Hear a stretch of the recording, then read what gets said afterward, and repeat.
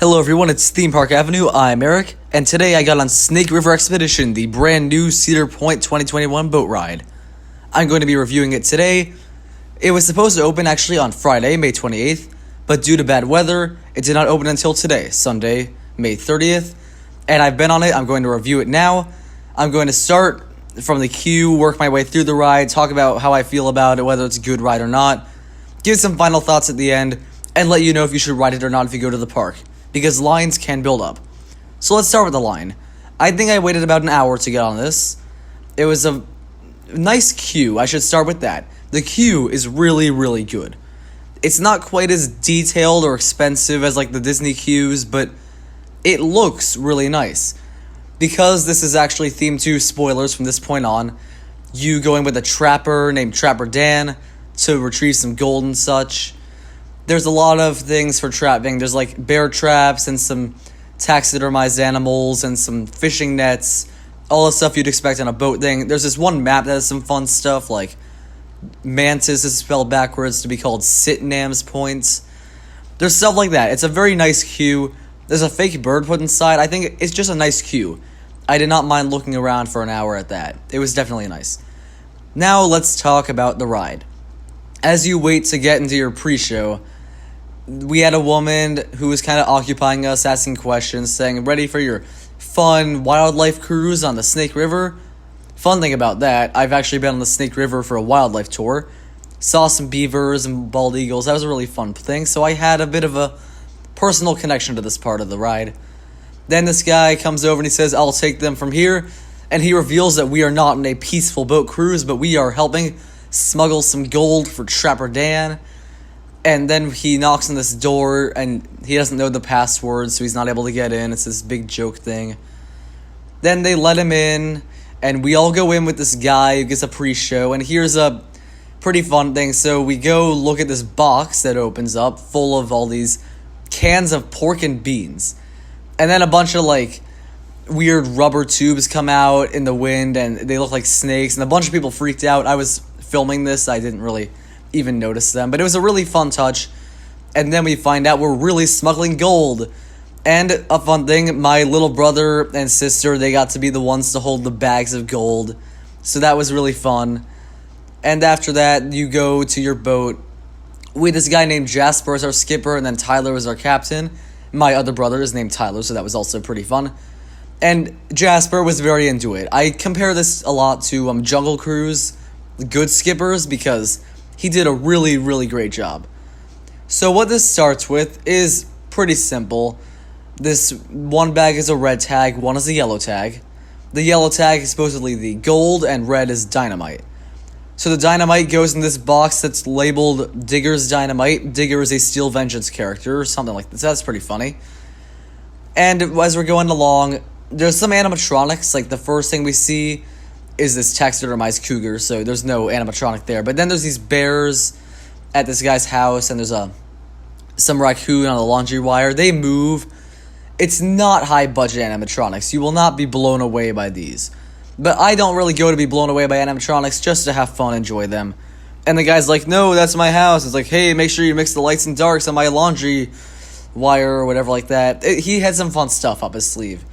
Then there's a bunch of animals that had instruments. That was cute. And these little cubs that were bears, they were kind of swinging around. There were some beavers at this house. One was named Flapjack. He was making pancakes, and there were jokes about that.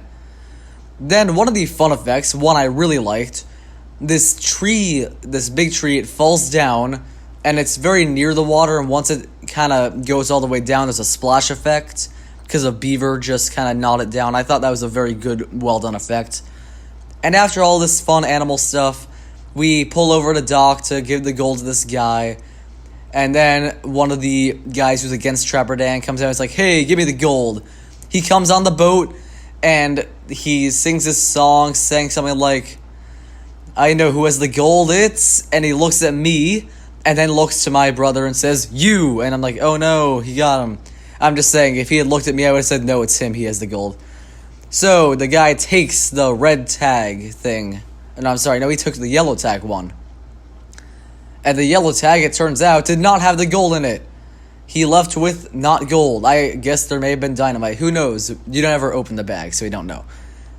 But carrying on, there's this other outlaw guy. He goes near this outhouse. But I should note, this one part when you're at the dock, there's this very nicely set up general store in like Old West Town. But in by far the cheapest effect, there's this shootout where some animatronic guys come out with guns.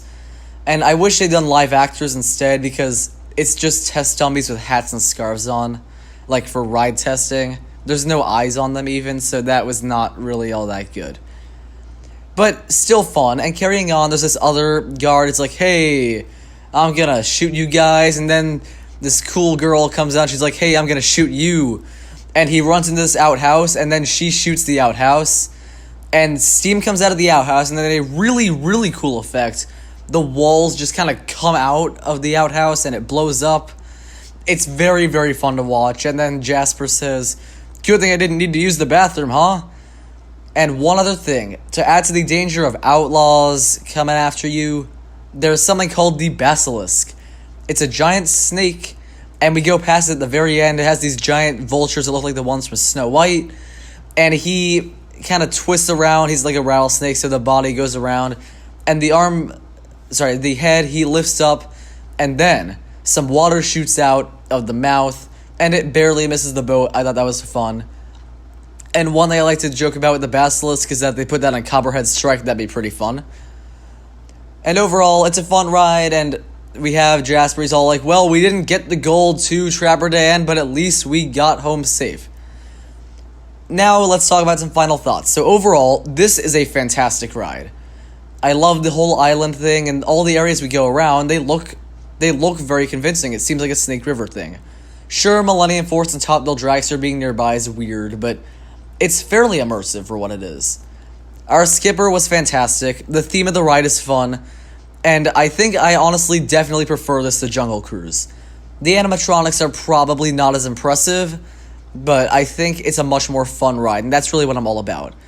It was really fun. I highly recommend you get on it at Cedar Point. But if you're going to like Steel Vengeance first, probably get to that around when it opens. It opens at 11 a.m. right now instead of like opening 10. So I think overall, really great ride. The theming is good. The story's fantastic. The pre-show is really well done. And going in the queue is good as well. I think it's just a really great ride. If I were to give it a score out of 10, I think I'd probably go with a 9 out of 10. Really fun ride. And that's my thoughts. Thank you for watching. Hope you enjoyed this video. Let me know if you want some more videos about Snake River Expedition. Make sure to subscribe when new videos come out. I'll see you next time.